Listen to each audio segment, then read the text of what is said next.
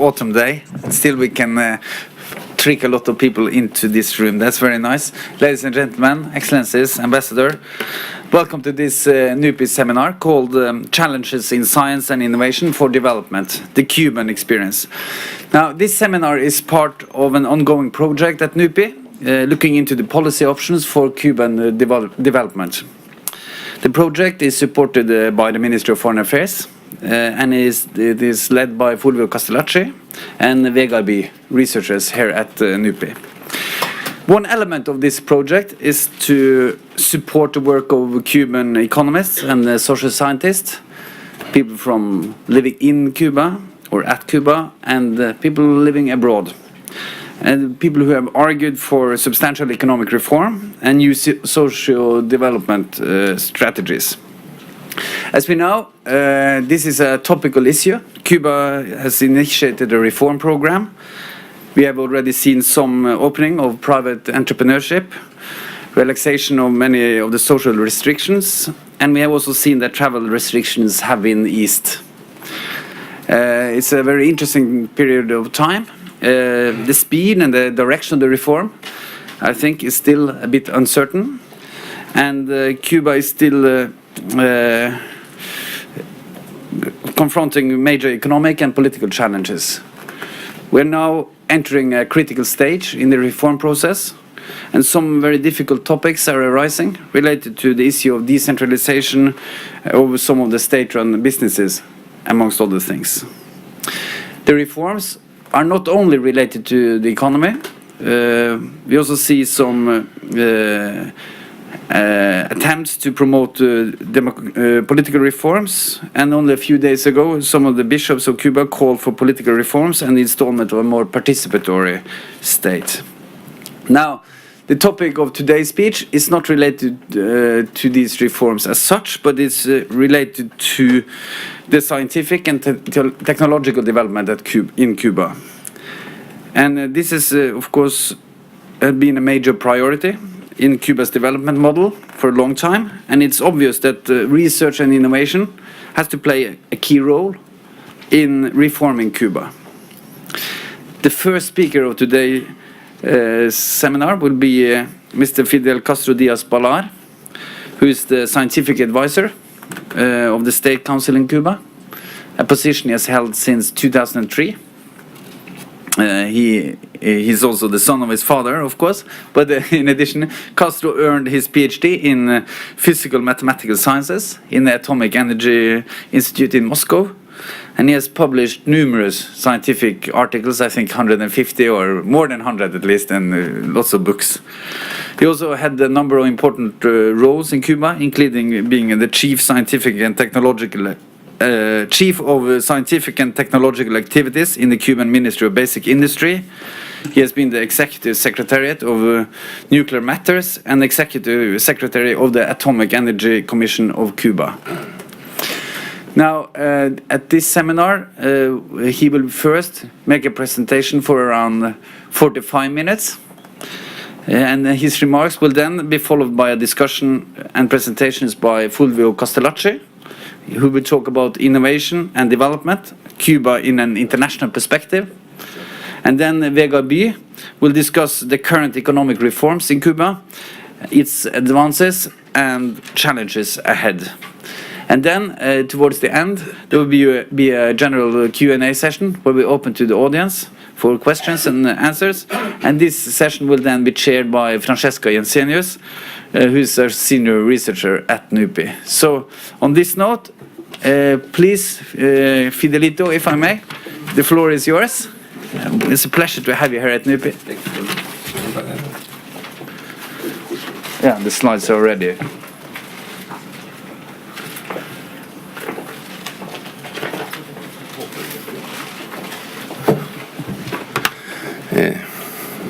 Good morning. Thank you, Dr. Schweber, for your kind presentation. The only remark that I'm a little old already for being Fidelito, but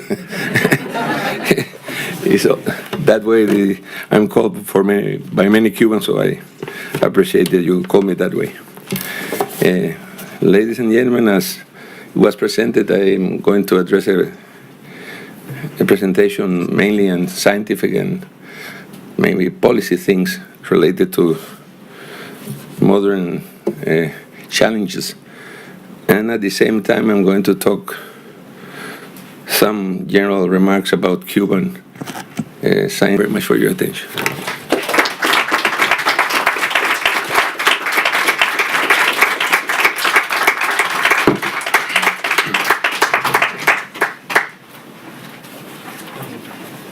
Thank you so much. Next up now we'll have a discussion, starting with Fulvio Castellacci here from NUPI.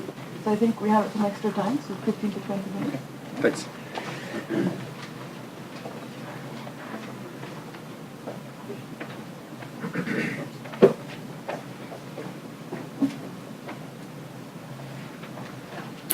Good morning. I'll take the opportunity while the PowerPoint presentation is popping up to thank you again for this, for the participation to the seminar. I will, in this short presentation, introduce the discussion and hope to foster some of your ideas and questions during the last session. Particularly, I would like to focus on one specific aspect that is important for scientific, technological, and innovation in Cuba.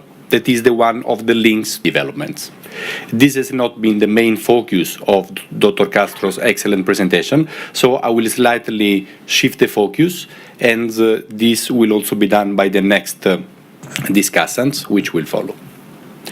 So, challenges and objectives for policy regarding innovation and economic development in Cuba.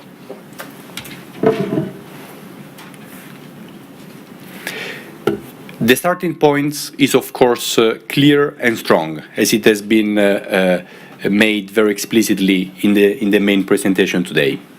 Cuba's development model has traditionally regarded scientific and technological development as one of its main pillars. And this has been successful. So during the last few decades, there have been remarkable achievements in many different fields related to human development and led and driven by scientific and technological activities, particularly, for example, in the fields of health, advanced education, and so on. And Cuba, if you compare to other countries, both in Latin America and in other regions in the developing world, has a much higher level of scientific and technological capabilities, considering its level of GDP per capita. So this in itself is a remarkable achievement in terms of human development. It is very important for the people. I'm shifting here to a slightly different aspect, so focusing more on the challenges in this presentation, because at the same time as emphasizing the important achievements, it is also important to point out to some existing challenges, particularly relating to economic development. Public efforts in science and technology have been very important, although in the last, especially 2-3 decades, it is not visible a very strong and clear effect that scientific and technological activities have on economic development in Cuba. So the question is, why is it so? What could Cuban policymakers do to make scientific and technological innovations a major engine of economic development in a new model of development in Cuba? And to be fair, to put a fair framework to this question, this is a question that applies to the current situation in Cuba and to the recent past. Until the 90s or the beginning of the 90s, the Cuban economic development model was in many respects successful. In a sense, it managed to combine rapid economic growth with the achievement of social objectives and economic equality. But this model has slowed down and it is under risk now, and this has been the case particularly since the 90s with the collapse of the Soviet Union. And right now it is important that this development model is discussed and revisited. So the question of this short presentation is why is science and technology not a major engine of economic growth and development in Cuba today? And what could it be done to make it a more central engine of economic growth? I would like to point out 4 important areas for current problems and future developments. The first one is refers to technological and innovative capability of the business sector, of enterprises. Cuba is in fact very strong in international perspective in terms of scientific research carried out by universities and other public scientific research institutes. But it is still weak and not equally strong in terms of the innovative capability of a business company. So most business companies are public, and these public business companies do not have the innovative potential that might be important for the economy. More specifically, there are two aspects that are of relevance here. First is that companies do not usually have an institutionalized innovative culture, in the sense that they commonly lack, for example, R&D departments, that is part of the organization that are specifically working with research and development. So research and development is an activity that is strong in the scientific domain, but not equally strong in the business sector, in companies. And there is also a lack, as far as I understand from colleagues in Cuba with which we collaborate in this project, there is sometimes a lack of an adequate system of incentives to invest in technological advances and to reward inventors or innovators in companies. The second problem here is also that there is still a weak interaction between the public science and technology system, which is very strong, and the business sector of the economy. The interactions between science, technology, innovation is a two-way type of interaction, according to innovation research, and this is a major engine of economic developments. What is missing in Cuba at the moment is this sort of interaction. There is a big supply side from the point of view of the scientific system, but not an equally strong activities of the business sector. The second area where it is important to discuss is an area that is usually discussed by economists, but I will discuss it here very briefly with reference to the topic of the presentation today, that is scientific, technological, and innovation capability for development. The industrial structure of a country, it is, in brief terms, in simple terms, is the type of industry in which each economy specializes. So in Cuba, large parts of production of employment is still employed in agriculture, with the main problem that productivity is still lower than it could be in order to feed the country in an adequate way, and also to export these products. Manufacturing, as pointed out in the presentation by Dr. Castro, is in some area a very dynamic part of the economy, such as biotech, pharmaceuticals. However, this is not, it seems, the overall situation of the manufacturing sector, which is on the whole, on average, losing employment. Much employment, many workers are shifting towards the service sectors. The rise of the service sectors is an important trend, not only in Cuba, but worldwide, in many other developing countries as well. It is a normal problem, but the main issue here is that many of the service activities and industries towards which Cuba it is increasing its industrial employment, it's in low productivity activities, tourism, cultural activities, and others. So it is not the sort of business consultancy, technical consultancy, software engineering that could be important to create interactions with the manufacturing sector of the economy. And this is the reason why the service sectors do not have great dynamism in the economy today.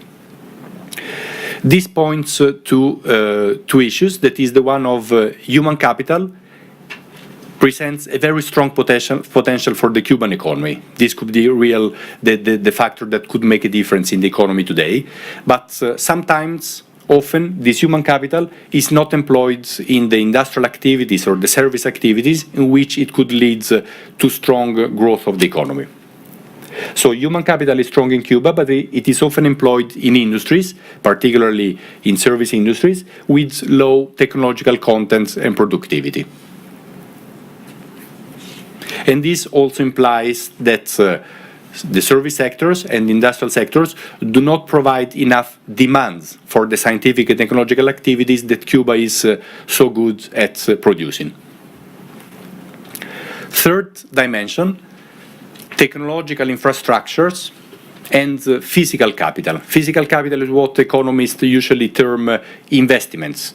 The accumulation of physical capital investments to buy new machineries and new equipments is one very important channel through which companies and the public sector can purchase, acquire technologies that have produced somewhere else in the country or elsewhere internationally.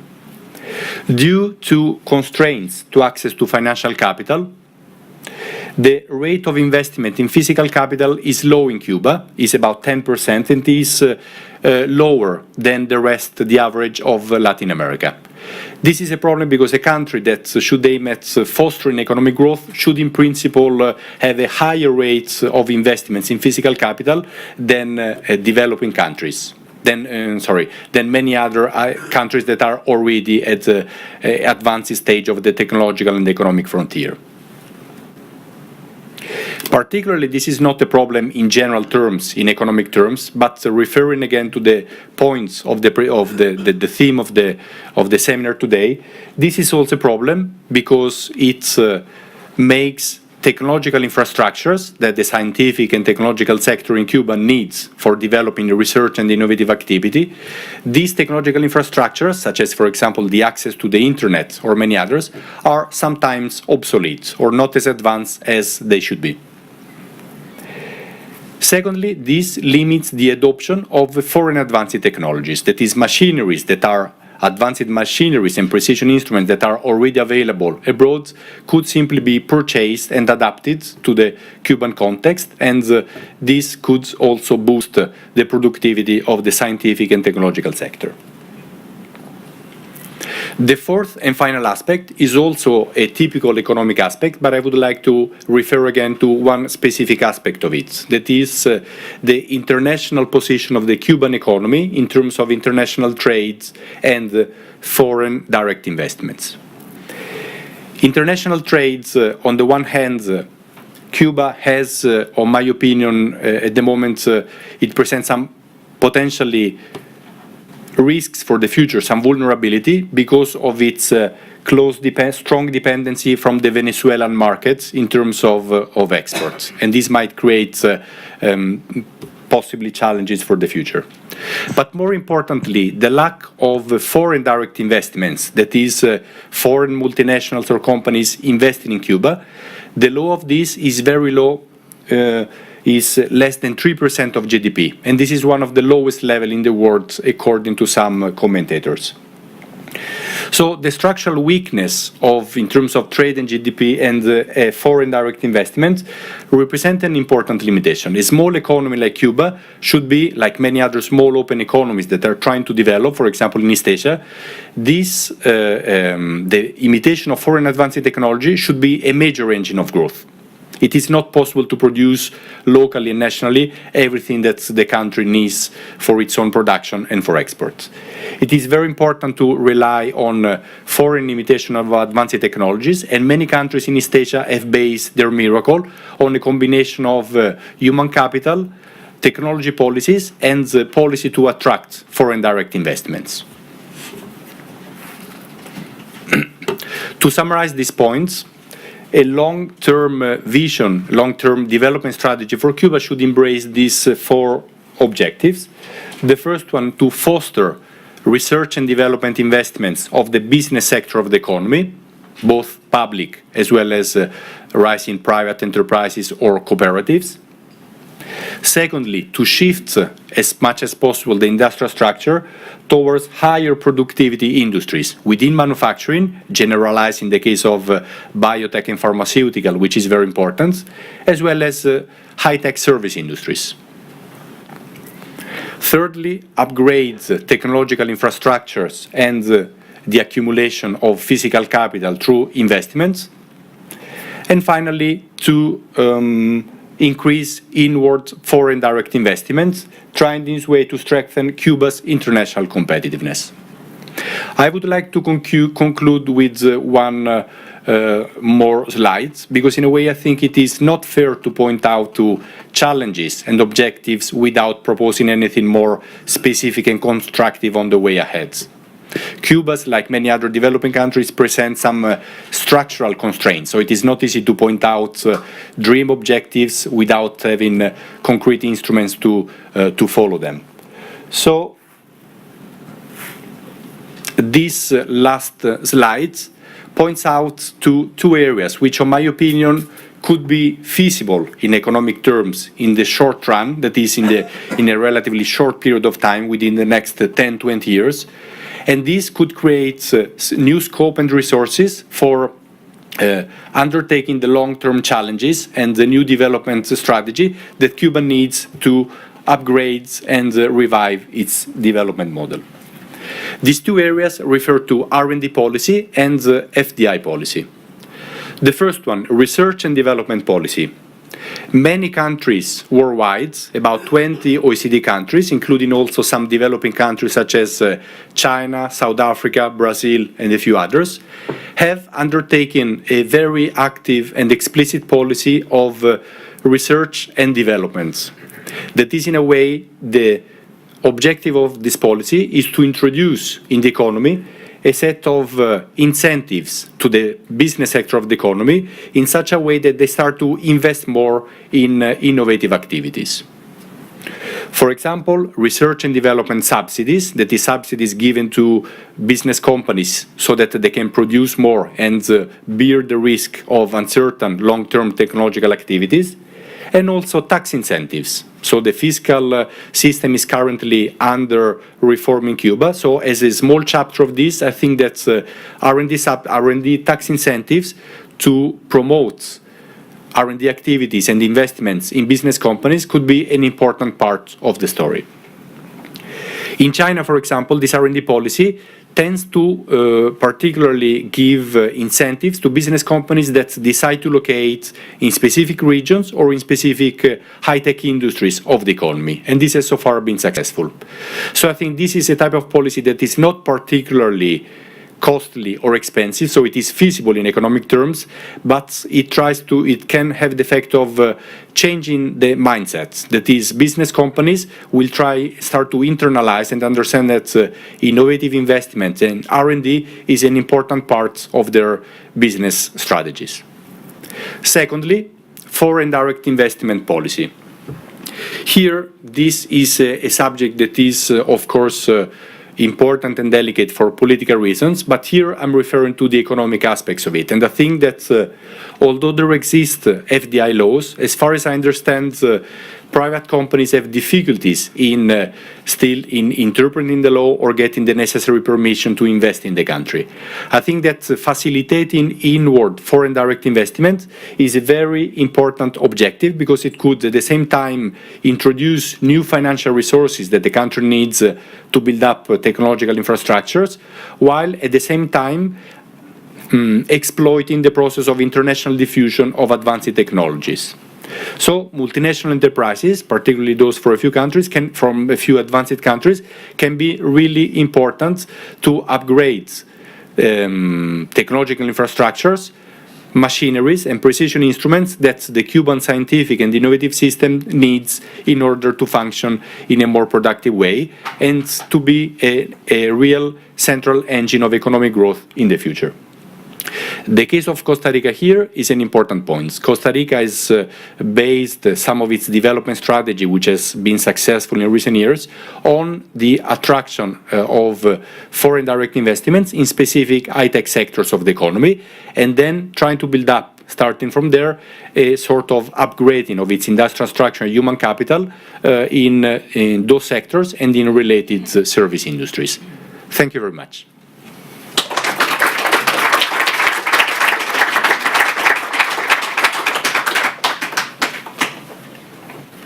Thank you very much to Fulvio. And then our next discussion is by Vegard B, also from NUPI and SCAN team. You have 20 minutes. Thank you. Dr. Castro, ladies and gentlemen, I will try to follow up Fulvio's points broadening the perspective a little bit more about speaking about economic reforms more in general, the achievements, the status, and the challenges. We have now had 5 years in Cuba under the direction of Raúl Castro, and many authors are trying to make a status. Carmelo Mesalago, one of the most renowned students of Cuban economy, he has stated in a recent book that the reforms that have taken place during Raúl Castro are the most profound in the history of the Cuban Revolution. And for anybody who has been visiting Cuba recently and has a point of comparison to earlier years, there is no doubt that Cuba is changing, and changing deeply. The big question is, where is it heading? In what direction?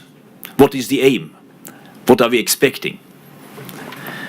The problems that Cuba is confronting are very clearly recognized by the leaders.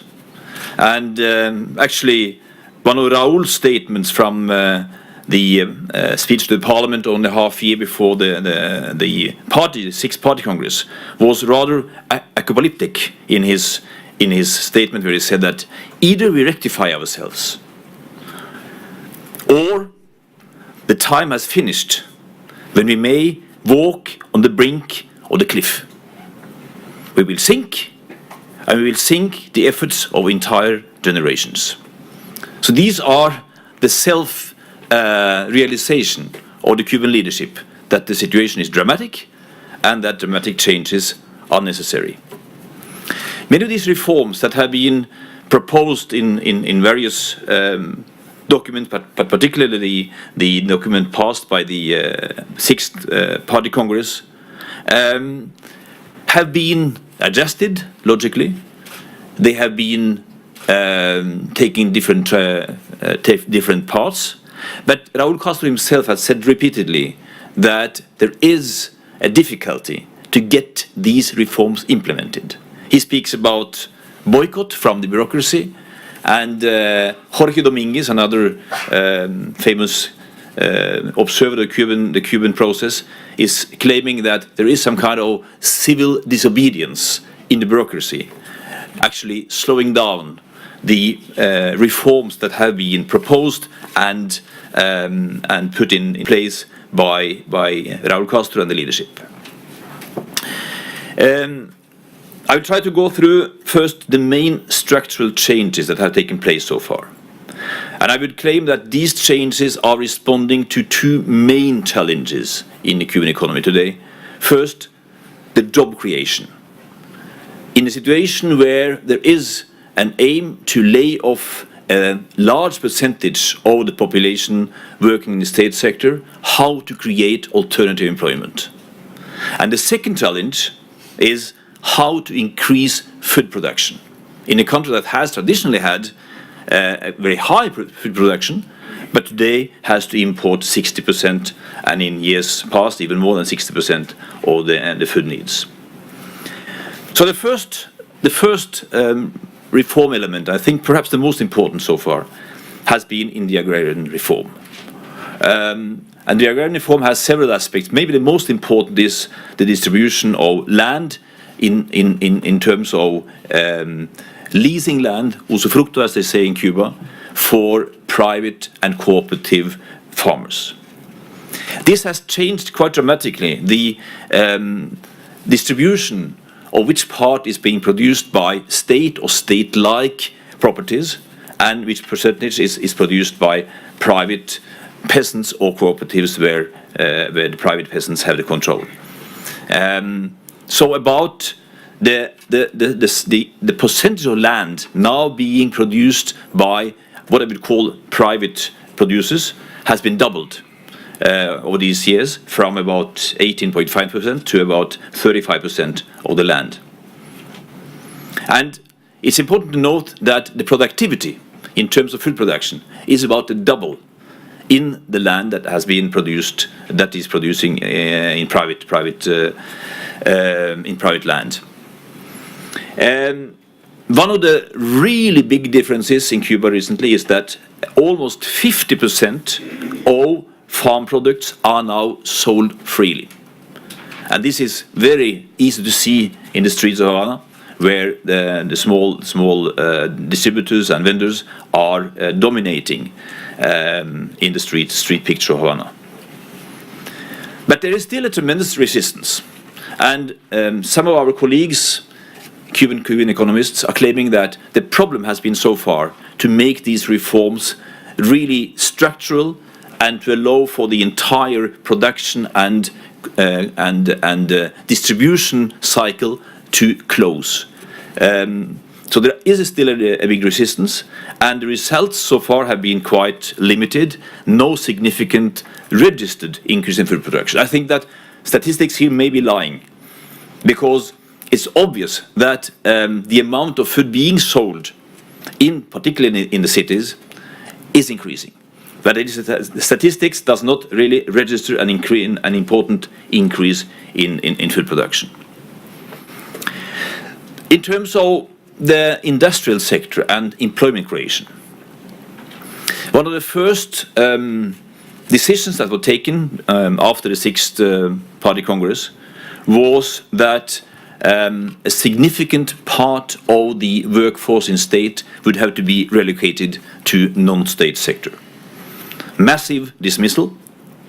This has also been going slower than anticipated. But today about 23% of the workforce is working outside of the state sector. 23%.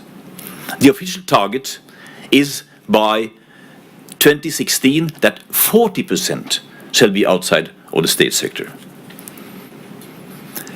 The main measure taken so far has been the so-called cuentapropismo, that workers are supposed to be freelance workers, to work on themselves, to be self-employed.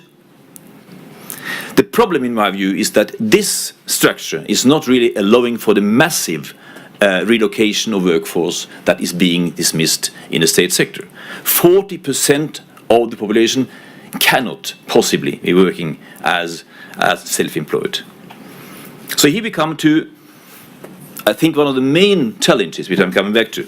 How to move from small-scale, self-employed businesses, if you can call it that, to small and medium businesses.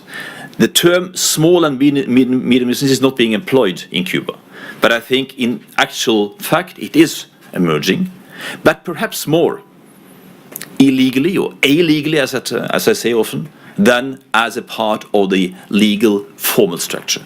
There is a problem here to move into an economy where you have entrepreneurs being allowed to hire workforce, to make investments. One of the statements made by Raúl Castro in the Sixth Party Congress that we still don't accept capital accumulation in Cuba. Of course, without capital accumulation, you can't really have investments. I mean, you also have the problem with foreign investments that Fulvio was speaking about. The problem is, how do you create the business structures and the companies and the entrepreneurial tradition and culture that is required? I think that is one of the main challenges of the Cuban reform so far. Sorry.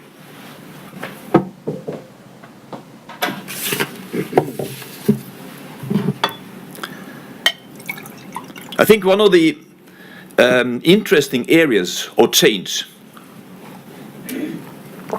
is in the cooperative sector. So far, cooperatives have only been allowed in agriculture. But now, recently, measures are taken to allow cooperatives also outside of the farming sector. So far, in a very gradual way, I think there is an experiment going on in the Isla de la Juventud, where cooperatives are being promoted in agriculture markets, in transport, interestingly in waste recycling, and also in construction. But this is also complicated. In order to get a cooperative recognized in Cuba, you have to go through 4 different instances, ending up with an approval by the Consejo del Estado. I ask, why is it necessary to make it so complicated to permit a cooperative to start functioning?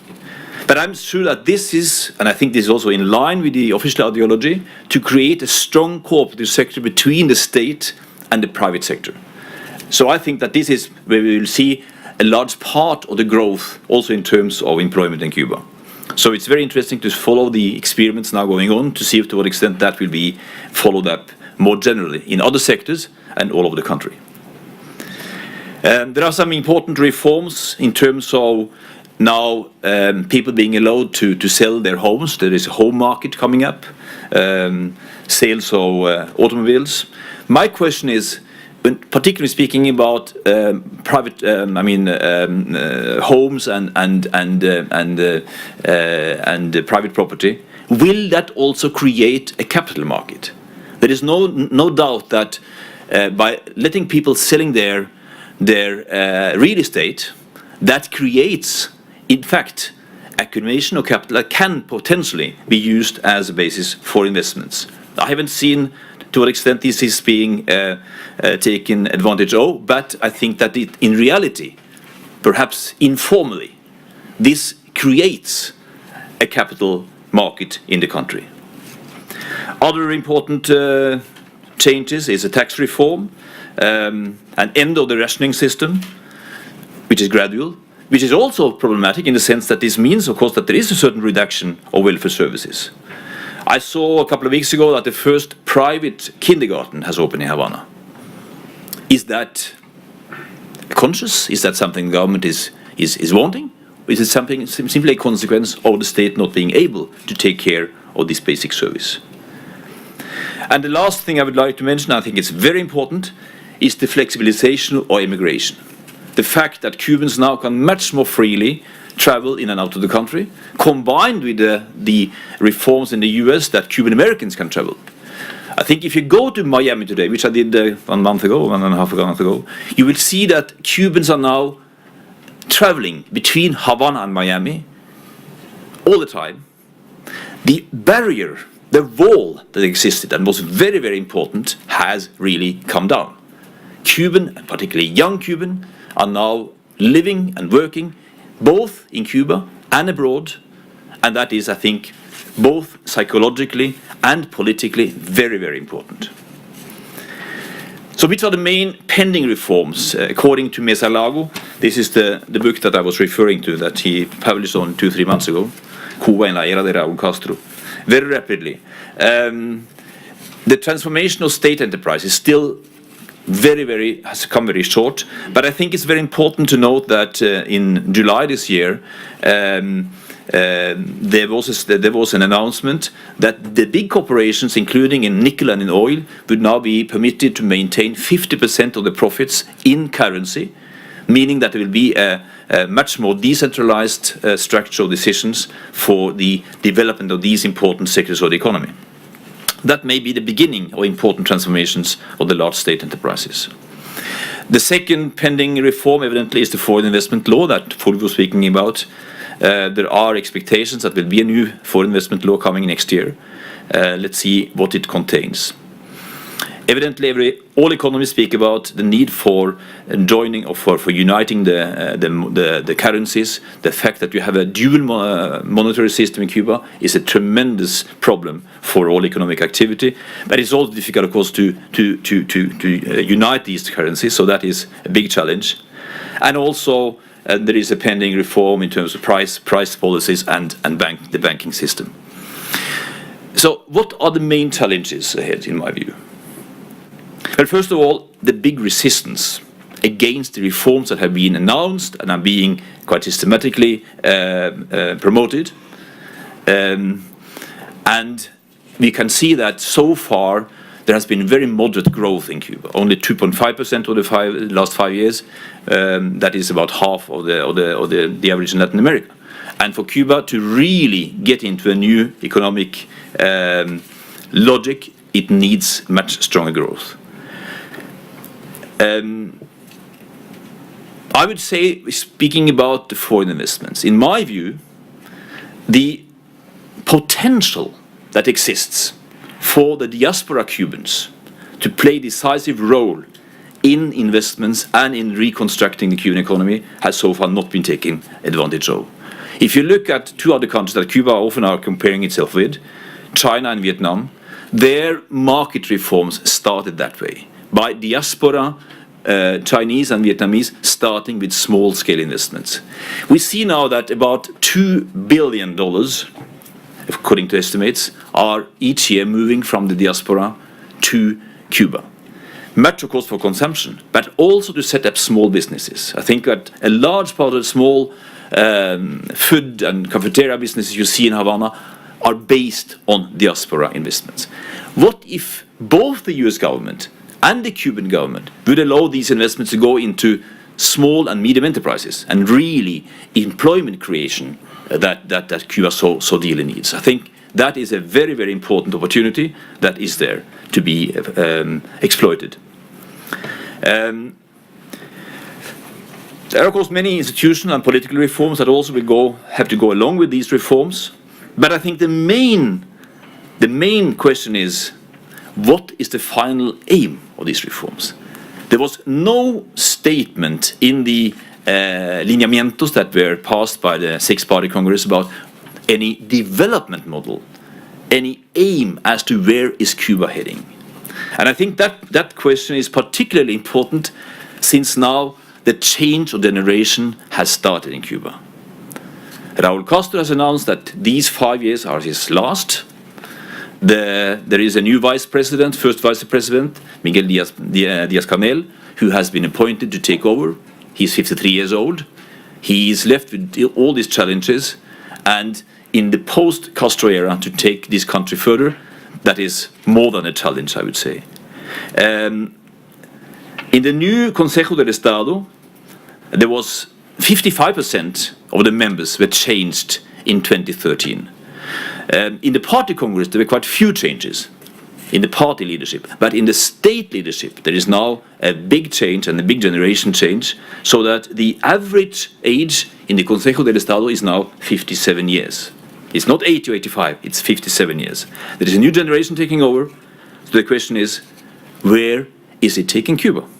And I think the big dilemma is, it's a problem to move too fast. But it's also a problem to move too slow. So how to find the right path and the right speed in order to move Cuba forwards? That is, I think, is the main challenge. So those were my points for discussion. I hope we can have an interesting discussion afterwards. Thank you.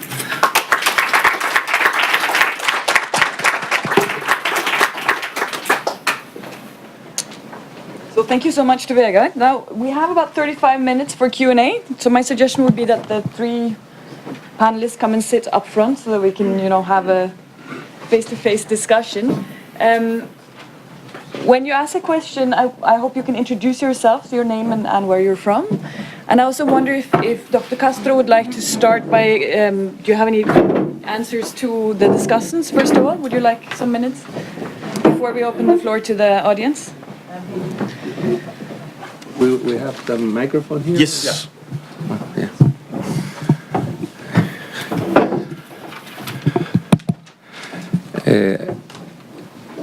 Thank you for suggesting, but I will prefer the audience to make the questions. They're not addressed to me, but I will say some comments if this arises. Great, so should we open up to the audience then for comments? Yes, in the back. Thank you for interesting. Thank you for interesting introductions, both Dr. Castro and Vegard and Fulvio. I have one question because you were talking about.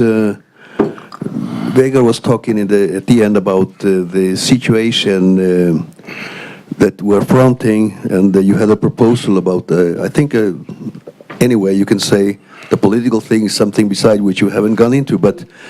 You said something about if the United States and Cuba would accept these investments, but how can, and that question goes to Dr. Castro too, how can you have these investments unless you lift the embargo? I mean, you have a political frame here, which I see all the proposals you have had don't go into deep into that part, but. Is it possible to do these investments without? I haven't heard of the Cuban government has said anything that we don't want foreign investments, but I know the United States don't want any investments, either in that or in a technology area which you talked about Mr. Paludi? Castellacci. Huh? Castellacci. Castellacci. And I would like your comments on that, because I think that's a very important. I agree on the other things, but I think it's important to have this political frame. Thank you. Perhaps we can collect two or three Yes. questions. Are there any other ones? There's a microphone coming your way. Okay. My name is Morten Toft. I'm working as the editor of the independent university newspaper at the University of Oslo. And I would like to ask Mr. Fidelito to what extent it's possible for you as a scientist and as a researcher to make a discussion about the future of Cuba with your fellow scientists and researchers in Cuba and in the Cuban newspapers or in the Cuban media as such. Thank you very much.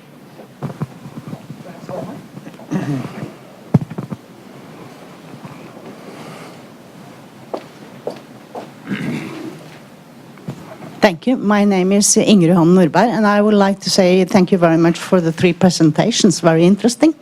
My question is, I'm the generation growing up having Cuba as a political ideal state or experiment, and very, very aware that everything is perfect, but it's like Fulvio Castellacci said, it's interesting to see what they really achieved. It's fantastic.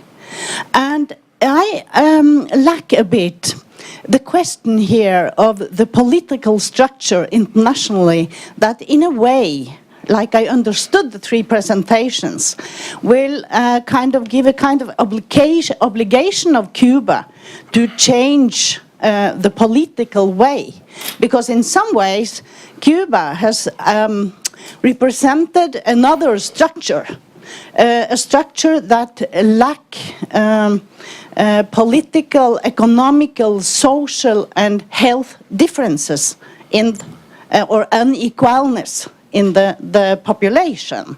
And I lack a bit a discussion of another economical and international political order in order to have a more equal world. And Cuba is an important actor, I think, or example in that topic. Yes, sorry my English. Thank you.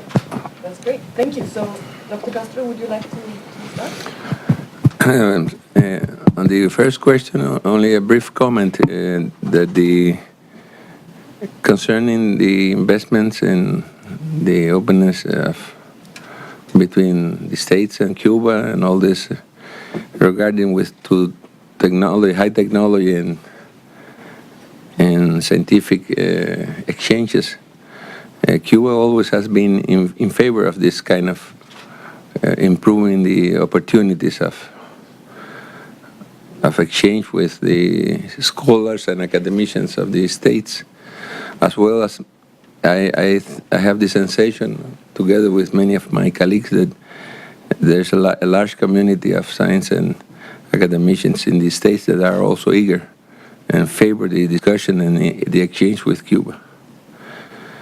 The second thing is that many of the most sophisticated instrumentations and equipments or are from the States or have large part of the components that are also embedded in this equipment. And if we want to make a realistic analysis, we could not leave outside the equation the embargo, that we really call it blockade. Cuba has denounced a lot of this in many conferences and places, starting by the UN, where historically more than 180 countries each year are in favor to finish this situation that has happened in more than 50 years. But I'm not addressing only the political part. The human part is very important. We cannot obtain any high-tech or new equipment. And when Mr. Fulvio was saying truth that we lack a new infrastructure and have a high obsolescence of our equipment and labs. One of the reasons is that we cannot go into the market and freely buy or get loans to get to this very highly expensive equipment. In the high-tech field like biotech, nanotechnology, and so on, this is established that it's very difficult nowadays to go into these fields without having in your lab very sophisticated equipment from the United States. You can find this in Russia and China and the BRICS, whatever. That is true. And there is studies that are devoted to them. And concerning other areas, this so-called embargo has cost us more than $1 trillion. It's difficult for Cubans to obtain even medical, pharmaceutical for kids to treat cancers. So if you are going to, we can do some part of the experiments, and actually has been done in some exchanges with agriculture sector after we had some hurricanes in Cuba in 2003, 2004, and actually Cuba bought directly with cash, not with credit or something from the States, some hundreds of millions of dollars in food products. But to really have access to the market and to really have access to the new knowledge and new technology, you need to have freely access to instrumentation equipment and to the possibility to have exchange freely. And this situation is, in this moment, unfortunately, lacking. I think you want to say something? Perhaps the second question. But I answer all the questions together. Okay. Yeah, just to follow up on the first question from Olaf Sorstöl. Of course, there are many things you can't do as long as the embargo is in place. But as I said, already now, it's calculated about $2 billion every year in cash is moving from the diaspora to Cuba, and probably the same amount in kind. And in fact, these transfers, these family remittances are being used for investments. But, and here we come to a problem in the Cuban system, there is no real incentive for these investments to be a load for entrepreneurial development, to set up more than small street kitchens. What Cuba needs is enterprises that creates more employment. And I think by applying these remittances in a more productive way, Cuba could actually tell the US, so see, we are actually making use of foreign investments. So lift embargo, and this can really lead to another kind of economy. That is my main challenge. About the international political structure obliging Cuba to change. Cuba is taking a choice itself to change. These changes are not imposed by anybody. They are sovereign Cuban decisions. But what we see is that many of the structural and institutional problems that economic reforms are now up against will require also institutional and political changes. We are not going to discuss the political reform process here, but it's obvious that there are contradictions. And we had a seminar in Havana in April, where also Dr. Castro participated. And it was a quite unanimous conclusion by our Cuban colleagues, particularly at the Center for Study of Cuban Economy, that for these reforms to really become effective, some deep institutional reforms also are required. Thank you. Well, addressing the second question, the University of Oslo newspaper, no? I wanted to comment only that it's common to hear about different myths and different stigmas that are around Cuban reality. I know, I understand perfectly the very polite way you said that if we could discuss things in an open way with my colleagues, or I can tell you very openly here, I think we have 2 or 3 Cubans and they're studying here, living. If something to do the Cuban is discuss openly, discuss many things that are contesting the reality. I think that is not only in Cuba, no, but in Cuba, it's supposed that it should not happen. I don't know who supposed that and why. I can say you a recent, very recent, what is it, affair, very, it's not so important, but we had I think 1 week ago, an artistic show. Many people had in favor of the 5 heroes we said we have in the States in prison, and they had a cultural activity in front of the American embassy. And one of the artists was not very. He said something that I cannot quote it because I didn't see him, but it was not very polite about the affair of this issue of the 5 in prison in the States. Something about it should be ended. The affair, everybody can agree with that, but this thing is that he said to end this deal altogether. Not to talk about this more. And that was really insensitive when you're talking about in front of the mother, the wife, the sons, and the Cuban people that are addressing not only a political issue, but a human issue. They have been 15 years. When you have cases of many others that pass 3 or 4 years, if they declare that they are foreign agents, and everybody knows that this person were involved mainly in the activities against terrorism that is very fashion for all the countries, but so Cuba is private, And then Cuba discuss wherever and about everything in every place. That is the first thing I would like to convey you and I would like somebody to contest that. Certainly, always you have people that are against and pro and sometimes this person has more space in the newspapers that many others that also are against many things, but in favor of the political program or whatsoever, and then they are not so interested to quote them. But they are a very wise person, and it should be taken into account all the things that what presented here about Cuban reality. The main sources, my 2 scholars here sitting with me, can say that this was not abroad. This is nothing that they went to Miami to say. They go to Havana and they listen what they say. People say there, what they are trying to achieve, what they are against, or what they will like to have. So discussions, open discussion, you have in every place, and it's not the problem.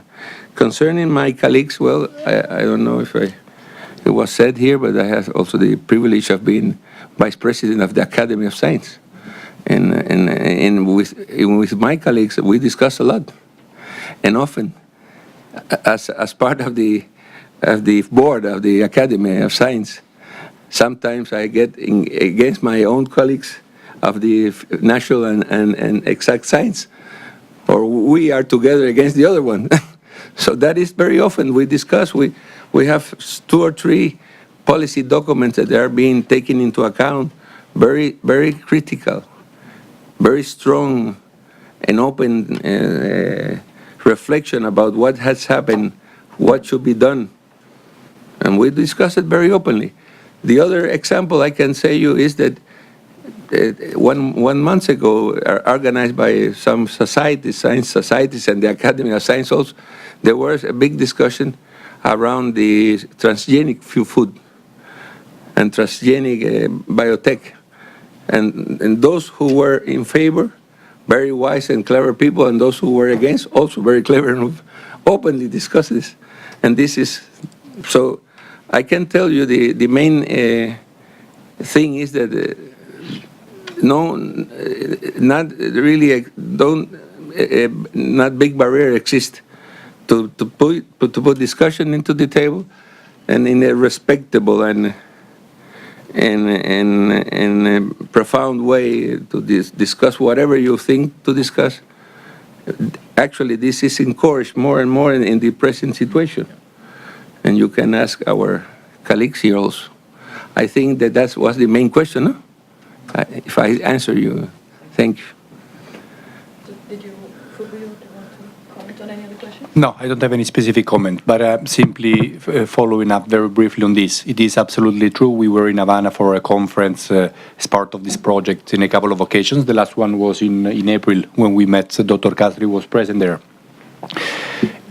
Our colleagues are academics, mostly economists or political economists working for the Center for the Study of the Cuban Economy, very prepared economists that according to all international standards, and surprisingly open to discuss issues, also to criticize, point out challenges ahead, and discuss the fact that the current reforms are not doing enough or they're not proceeding at a strong enough pace, so that something more should be done. So it's simply to confirm this, because it was one of our surprises at being there and having our Cuban colleagues foster this position in a very clear way. They're very well prepared.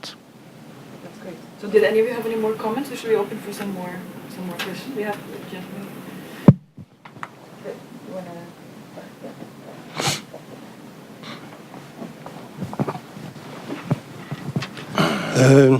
My name is Eric Selm. I'm a former journalist of international affairs. Firstly, I would like to challenge a statement by Mr. Castellacci saying that the Cuban model of development was highly successful up till the 1990s. That model of development was based mostly on monoculture and nationalization of all sorts of economic activity, which we've seen the legacy of later on after the breakdown of the Soviet Union. Secondly, and that's more important, it was highly impressive, the statistics about scientific education, numbers of scientists in Cuba.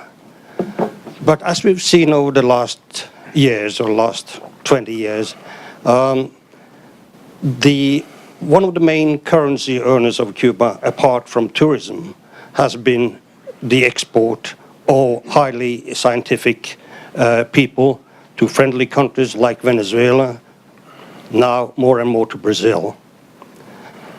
So I wonder, and one thing more, I haven't been to Cuba for the last 5 years, but then I met a lot of youth who saw absolutely no future staying on in Cuba as comes for job opportunities, and those were highly qualified youngsters.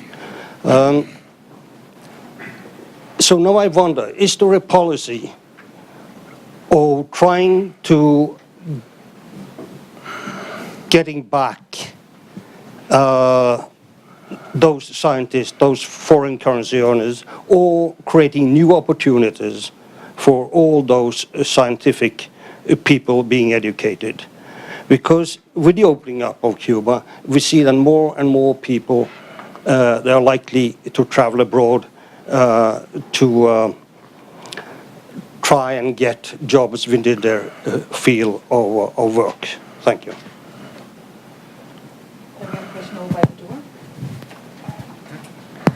Yeah, my name is Kjetil Kletterbøhler. I'm a researcher on Cuban music and culture at the University of Oslo. Thank you, the three of you, for great papers. My question is simply, given that you're right in all your presentations there, what shall we call this new Cuba? You know, people continue talking about socialism, Marxism, socialism with change, nationalism, towards a new type of capitalism. And I think that is quite important what we call it, because I have the general impression that within Cuba, during my fieldwork there, people don't talk so much about socialism or Marxism or communism anymore. But every time Cuban politicians travel abroad, they continue to speak about, well, we're doing all these changes, but we are maintaining socialism, or we're maintaining a Marxist project. And that kind of, if Cuba brand themselves as a socialist or Marxist country, that creates a particular, that creates a set of enemies that might be very fruitful and powerful for the sake of nation building, like capitalism, socialism, dichotomies, and so forth. So I just wonder, within 5 or 10 years, if your estimates are true, what will be the name of this new Cuban political system, and what do you think about kind of the politics of naming in general here? Because that's kind of my underlying question. Thank you. So we have a question from the gentleman in the front here. My name is Giorgio Novella. I'm the ambassador of the Italian Republic to the Kingdom of Norway. I had the privilege of traveling to Cuba a few years ago, accompanying a member of the Italian government. Also, in the light of my experience, I listened with great attention to what you, Dr. Castro, and the two distinguished panelists told. I remember vividly how beautifully downtown Havana was refurbished, for instance. And you also listened with interest to the industrial clusters you mentioned, which are in a way also an area in which my country is rather strong and on which we could perhaps in the future work more together. My question is very simple. You, the three of you, mentioned the United States several times. Of course, the relations with that neighbor are very important. What about Europe as a whole and the European Union more specifically? Also, the European Union had, how would I put it, a sort of restrictive policy towards Cuba. I'd be interested in asking you, Dr. Castro, how you feel about that, if you feel that genuine progress have been made recently, and if Europe as a whole and the European Union in particular can play a significant role in this transitional phase of your country. Thank you. So I think maybe we should allow all of you to answer. There's a lot of topics. First was to you know about the. Okay, so it was a very brief and important point to me. It was about the initial remark about the successful economic development model of Cuba before the 90s. It is difficult to answer because, of course, economic development is a big theme. So you can measure it in different ways. You can look at achievements, or you can look at the process by which this has been achieved. So I simply clarified my point of view. And then there is, of course, freedom and scope for many different interpretations and opinions. I think that when a nation achieves rapid economic growth, as has been the case between the 60s and the beginning of the 90s, coupled with very limited income inequalities within the country, and at the same time the public provision of important goods and services such as health and education. This sort of combination is what justifies my term successful, which is of course not personal interpretation, but many others have the same. So my opinion, this is something that we rarely see in other countries. Many other developing countries follow in a more standard Washington consensus type of model, push economic growth, but as a downside of this, increase economic inequalities, and very often see a reduction in the public provision of goods such as education and healthcare to the citizens. So my opinion in terms of well-being, life satisfaction of the citizens, of the population, this combination of limited economic inequality, satisfactory economic growth and performance, and public provision of important goods is something that is very important to make citizens satisfied with their own life. So this justifies my definition of economic development until the 90s, and I think it is a pity that this has not been able to continue in the last 2 decades. Continue the interesting questions given by the former international journalist, no? I think that about this structural problems that had the Cuban economy, even taking into account the success that had in the 30 years of cooperation with the former Soviet Union and with the other countries. I wanted only to add to what Mr. Fulvio said, is that many of these problems were not bred or started with the revolution. The monocultive is something that had 60 years of history, since the beginning of the century, when the American capital had most of the industry of the sugarcane. That are facts and reality. And also the facts and reality that Cuba had some level of technology, and because it had a lot of financing of products. Even I can say you a brief history about transport. Cuba had a wonderful tramway system. and it was thrown away because somebody in some part of the States, I'm not very familiar who and when, but the thing is that they dropped the tramway and they put the old American buses that were very good, but somebody who had the interest, not because it was a study of a company consulting or something that this is the best way. No, the best way is to put the interest of this transport. I'm not talking about other things that were eradicated, like the play, the game, and the prostitution, and many other things. But that is a fact that was before the revolution. Afterward, a great part of that success was linked to a more a better condition of trade with the Soviet Union and the solidarities of this country that helped us now in present days. The organization that we have in the frame that Venezuela is ALBA, some other countries, Bolivia, Ecuador, and other countries profit also for better condition of interchange. I know that in terms of World Bank and financial monetary institution is not so easy to understand, but it's very important for the countries that are little and that have an open economy that depend very much from the things abroad. So either if you agree or not, if it was a success or not, certainly the conditions changed dramatically in many areas that I could talk about science and technology. And what I said about science and technology are facts also. It's not that I brought here only by way of my mind or something. There are things, statistics, they are published.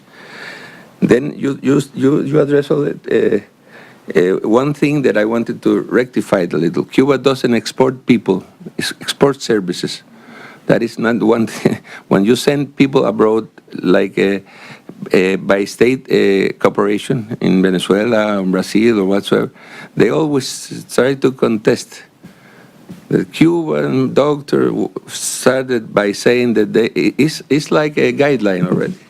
You send somebody to a new country, you can expect deterministically why is this happening because it's the same approach. First, Cuba doesn't have high quality of medicine. That's not true. Then that passed several months and then it become quiet. Second, the people that are medical doctors or dentists or something, they don't accept Cuban doctor because it's a competition. But then after, they become more or less integrated.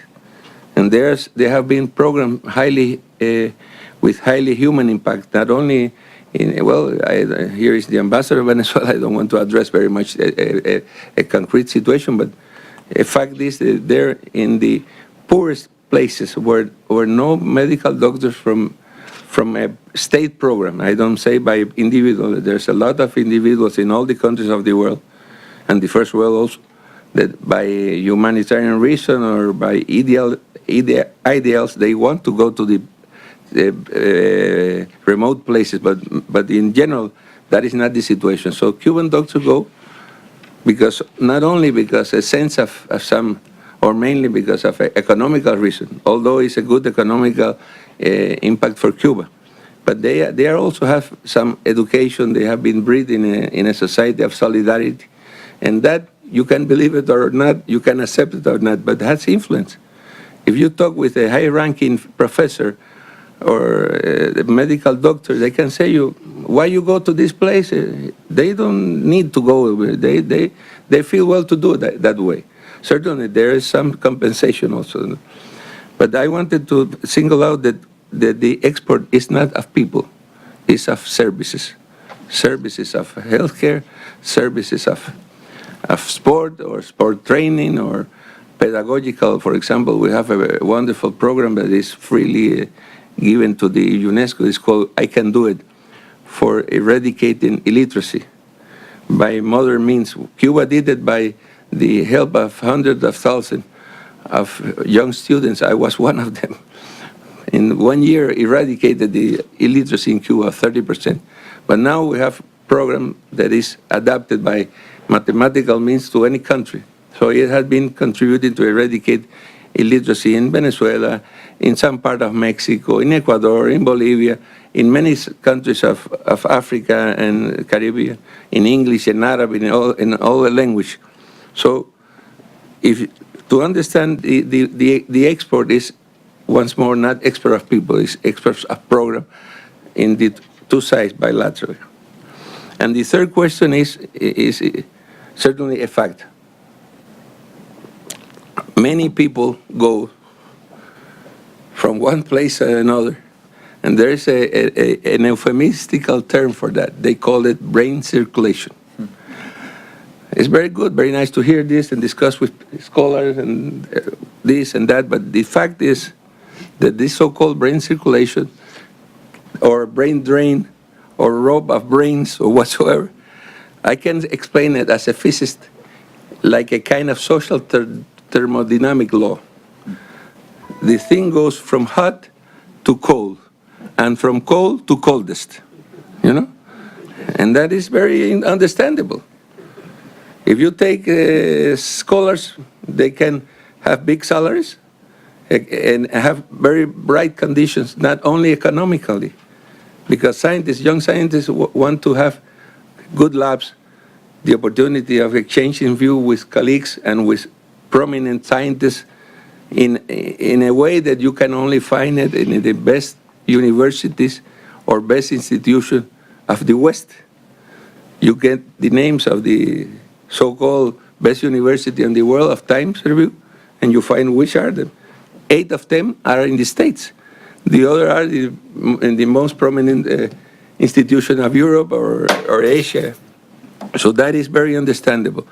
And how to stop that? I don't have any formula. But I only can say you that it's a very natural thing. And I think that if some country could understand this, not only concerning scientists or sportsmen, Cuba has produced a lot of good sportsmen. And many of them have gone abroad, from volleyball, baseball.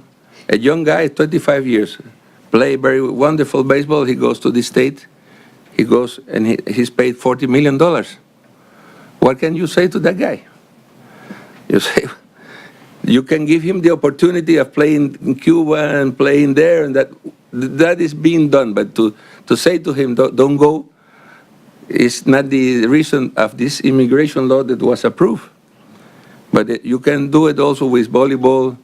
You can do it also in many fields. But I was very surprised that when I have been only 48 hours here in your country, in your wonderful country, and whatever we have a coffee or something, we find nice Swedish girls. What they're doing here? Because they have best salaries. What kind of this? This is not a brain circulation, that is a workforce. But many of those people are, I think, also students or professional. I don't know. That's a natural thing that happens, and I don't have any formula. But I think that what has done countries like China, for example, I'm not sure if it's exact or not, but I know that in the 80s they sent 1 million people abroad. You know, that number is, as Cuba said, 10,000 or 1,000, but then said 1 million. And after it came back 500,000. And then when the reforms were already in place and then the Chinese economy was buoyant, now they have a special program, very wise program, a program of a country that has 5,000 years of civilization. It's to attract talent. They show it to you. They presented you as one. They're very proud. So you go to any good university in China or a good institution, and the guys has 2 hats. They give you your card in the Tsinghua University and the card of the Caltech. So where you are? No, I have 6 months there and 6 months here. That's why they have improved a lot. For example, in nanotechnology I was talking about. Now they surpass the United States in publication. Many of these people, I'm sure that they are counted twice, because they're prominent scientists in the States and they're prominent scientists in China or in Germany or in Norway or whatsoever. So they have they have organized science parks. giving good living apartments, good salary. So we have a lot of good examples. Maybe that is the formula. Huh? Maybe that is the formula. Yeah, maybe, but provide we end with this embargo thing that is not a thesis, that is not picking by the hairs to say politically. It's a truth. Give the opportunity to Cuba to have approach to the money, to the finance, to the credit that other country has. Like, for example, you mentioned Costa Rica, no? You mentioned Costa Rica. It's really there. But they have a science park, a very interesting thing there, and they have allocated company.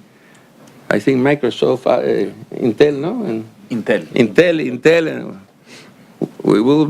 they will be most welcome if they come to Cuba. Intel, but how can they go if they are prohibited by American laws? You understand? So this thing is very interesting to discuss. But I had the opportunity, and I'm convey my gratitude to have the opportunity of saying you this, and giving the point of view of a scientist, no? Not a political person. And concerning the question of the ambassador, how we see the relation concerning Europe, well, unfortunately, case by case, country by country, we have good relations. Cuba has good relations with many of the. I think with most of the economical European countries. But as an organization, there's once more a limit that it was issued in 1996. You know, the so-called unified position. That the unification is not by conviction, it's by law or by agreement. I have personally talked with many people from different countries, and they don't agree, but they have to fulfill the commitment of that unified position. I think, Excellency, you know, because as a high-ranking official, know of your country, that there are things that you cannot surpass, and that create great limits to the free available of exchange of or commerce or even training of students, or many things are difficult because of that position. So I think that when that position is going to be revised, the things are going to be better for everybody. Because, you know, Cuba is a small, underdeveloped country, but very proud. If it accepted 50 years of blockade, it's not going to complain to any pressure from one unified position or whatsoever. Very respectfully, I say it to you. And I think that if you want to change it, you have to change that also. Because you cannot negotiate with a pistol in the head. Take me the pistol away, then I can say you my position, and we can agree to work together. But at the same time, I can say that many of the countries that have relations with Cuba, and I think all the European countries have good relations. In science, we have a good agreement with CSIC in Spain. That is not a governmental organization, but very linked to the.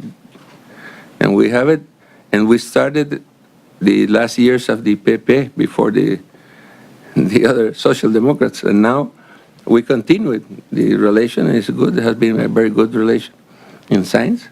In other countries, I don't want to mention, but some difficulties with the central organization are overcome by regional governments that are very strong, and we have also collaboration. Although some central government cannot give loans or cannot give financing or cannot support projects, I'm talking mainly about science and technology, but this has to do with other projects. So I'm sure that when this position is going to be changed, then we will have plenty of full relation with all the countries in the European region, and which we had very historical good relations and links in many. And concerning the last question of the young. We're actually running out of time. Well, it's very briefly. So 2 more minutes. Yes, he asked me about naming something. Well, I'm a physicist. I'm not. I don't. My job is not to give name, no, to nothing. Maybe some discovery, if I very modestly have been participating. But I can say you the vision. We can share a vision. And some American intellectual, he was an engineer, he said the best way of predicting future is to invent it. And what Cuba is doing in many fields is trying to invent that future. Whatever name is going to come after this, I think when you're talking about society and you're talking about the country and his population, sometimes these positions politically that are true, supported by people in different spectra of policy of the society. One believe more in something, the other believe more in the other, but the welfare of the country, that is the main thing that unified the country in Cuba, is that in many aspects that what we're doing now, without dogmas, could lead to a better situation, where you can have many of the things that the population need without dropping some conquers that in other countries, by other means, had been completely eradicated. So I don't give names, but I believe that a better future could be possible. Thank you. Thank you. So do you want to have the concluding remark? Just one remark, and I completely agree to what you said here. That is a nice vision, whatever is being called. But I would like to pick up on what Erik asked about how to make better use of human capital. I think that is also one of the main challenges as seen by economists, and I think that both your interventions also pointed to that. Of course, for all of us, it is a tragedy to see PhDs in whatever science or in economy or in the humanities working as taxi drivers or as hotel receptionists. Or without work. Or without work. I'm not saying that this is the solution, what I'm going to say, but at least it is the dilemma when among the professions that are permitted for self-employment, there is no academic profession. And we have discussed this before. I think Dr. Brundenius raised this issue also in Havana. How is it possible to allow for the human capital to be taken better care of in the Cuban system? One thing is, people are leaving, they are finding excellent opportunities abroad simply because they are good. There are so many high-level, well-qualified Cuban scientists and academics that easily can find employment elsewhere. Even in Norway we have cases of that. And that will happen anyway. I mean, academics and scientists are moving around, and that should be the case. And now they can also more freely leave Cuba to do that. But if Cuba can find a system to take better care of their human capital, also in terms of employment, in terms of creating entrepreneurial opportunities, that would be, in my view, a tremendous achievement and a tremendous way forward. I will not discuss also the name question, but I just have one remark. I think that what you see in Cuba today, and that is perhaps what is also worrying me a lot, is that there is a kind of capitalism, and we can't call it anything else, that is emerging in Cuba outside of the law. I would rather see this regulated, permitted within a system that creates a more development-oriented market economy. We use the term Schumpeterian entrepreneurship. And I think that is what Cuba needs. And as long as things are being kept illegal, or as long as there are so many barriers, trabas, as you say in Cuba, to this kind of development, the market economy will continue moving underground, and that is not good for Cuba's future. So that is perhaps also one of my main concerns about the economic challenges in Cuba. Thank you. Creative destruction, no? Like Schumpeter. So thank you all. On that note, I think we can end this session. It's been a fabulous discussion. Thank you so much to the panelists, and thank you all for having been here and asking great questions. If anyone else has any pressing questions, I'm sure the panelists will be happy to oblige. But let's give the panelists a hand.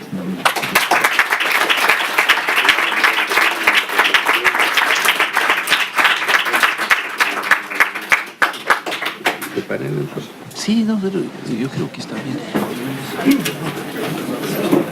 Francesca, thank you so much.